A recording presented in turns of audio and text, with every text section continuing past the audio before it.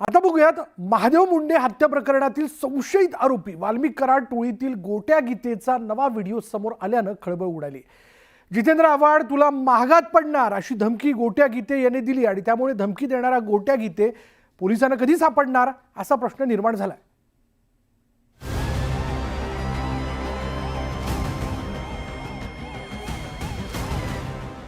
गुन्हेगारीच्या ट्रॅकवरील हा गोट्या गीते रेल्वेच्या ट्रॅकवरती बसून व्हिडिओ तयार करतो।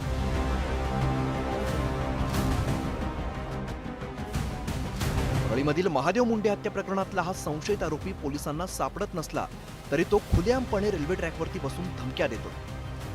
तू असं हे करायला तुला आता मागात पडणार आहे। आणि इकडे बघ ना की दामने मॅडम तर काय म्हणतात की मी काहीतरी आपलं हे केलं, कोणातरी मुलीला घरातून उचलून येतो आणि मला फाशी भेटल न भेटल, पण माझ्या दैवतचा विषय ते इकडे का करायला हो तुम्ही?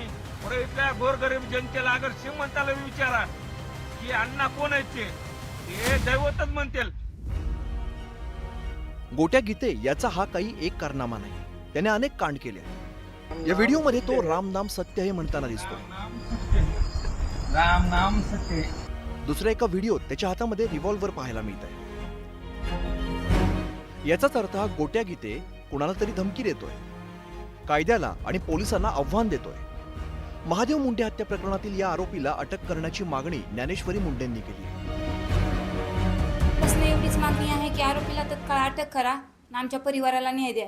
मी पण कुमार साहेबांना एवढंच म्हणणार की सर, साबळे सर आणि सपकाळ सर आरोपी पस्तर पोहोचले होते, त्यांनी तत्कालीन पूर्ण तपास केलेला आहे, तर वेळ न लावता तुम्ही तात्काळ आरोपींना अटक करा। मगोकातील वॉन्टेड असलेल्या गोट्यावर तब्बल 18 गुन्हे दाखल आहेत। वाल्मिक कराडच्या टोळीतील गोट्या टोळीने अनेक गुन्हे केले। गोट्या गीते परळीतला कुख्यात गुंड असून तो परळीतील नंदा गौड या गावचा रहिवासी आहे। वाल्मिक कराडच्या टोळीतील गोट्या गीतेवर अनेक गंभीर गुन्ह्यांची नोंद असून गोट्यावरती पिस्तूल पुरवत असल्याचाही आरोप आहे। तर वाल्मिक कराडचा राईट हँड असलेल्या गीतेने अनेक गुन्हे केल्याचा आरोप जितेंद्र आव्हाडांनी केला आहे। वाल्मिक कराड याचा उजवा हात म्हणून तो ओळखला जातो। बापू अंधळे खून प्रकरणात देखील त्याचा सहभाग होता। केवळ इन्स्पेक्टर महाजन जे मस्साजोगला म्हणजे संतोष देशमुख हत्याकांड झालं, जेव्हा लपवाछपवीचे उद्योग झाले, त्याच्यात जे इन्स्पेक्टर होते महाजन, तेव्हा ते परळी पोलीस स्टेशनला होते आणि त्याच त्यांनी गोट्या गीतेलाही वाचवण्याचं काम केलं।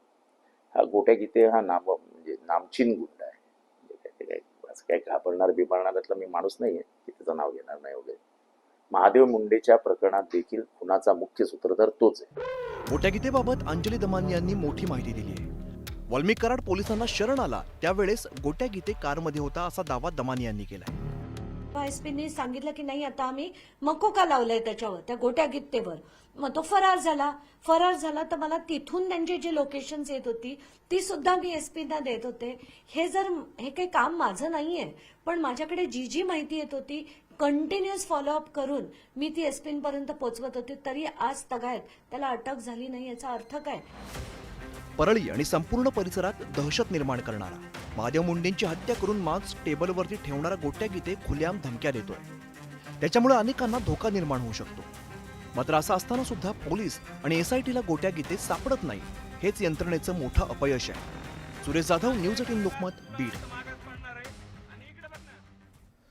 पुढे पाहत राष्ट्रवादी शरद पवार पक्षाचे नेते आणि आमदार जितेंद्र आव्हाडांच्या सनातन धर्माच्या वक्तव्यावरनं राजकीय वाद पेटलाय। भाजप नेते आणि मंत्री नितेश राणे यांनी या मुद्द्यावरनं आव्हाडांवर जोरदार हल्लाबोल केलाय। ही भाषा म्हणजे हिंदू धर्माचा अपमान असून आव्हाडांच्या भूमिकेशी राष्ट्रवादी काँग्रेसचे अध्यक्ष शरद पवार आणि खासदार सुप्रिया सुळे सहमत आहेत का असा थेट सवाल राणे यांनी केलाय। तर सनातन धर्मानं भारताला बर्बाद केलंय असं विधान जितेंद्र आव्हाडांनी केलं। सनातन धर्माने शिवाजी महाराजांचा राज्याभिषेक थांबवला, ज्योतिबा फुले आणि बाबासाहेब आंबेडकरांवर अत्याचार केला असं वक्तव्य जितेंद्र आव्हाडांनी केलं। आणि मी हिंदू धर्माला मानतो, मात्र मी सनातनी विचारांचा नाही असं आव्हाड म्हणाले।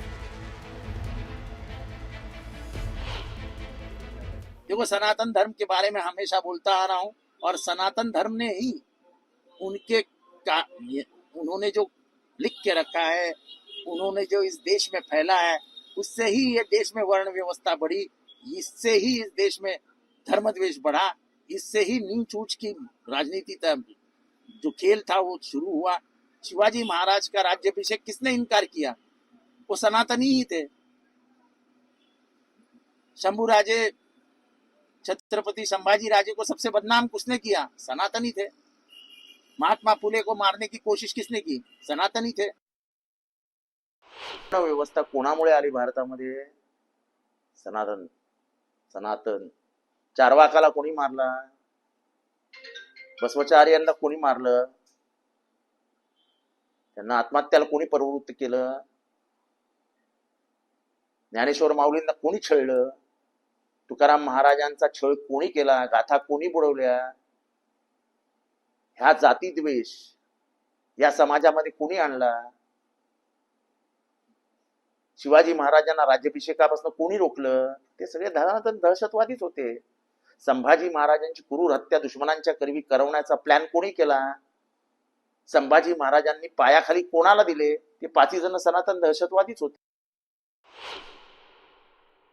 ज्या मतदारसंघातून ते निवडून येतात तो जिहाद्यांचा बालेकिल्ला आहे. जितेंद्र आव्हाड किंवा जितुद्दीन जसं आम्ही त्याला म्हणतो, ते कधीही आपल्या मतदारसंघामध्ये राहणाऱ्या हिंदूंबद्दल कधी असं बोलण्याचा विचार करत नाही की अशा पद्धतीचे वक्तव्य दिल्यानंतर स्वतःच्या मतदारसंघाच्या हिंदूंना काय वाटत असेल असं कधीच विचार करत नाही.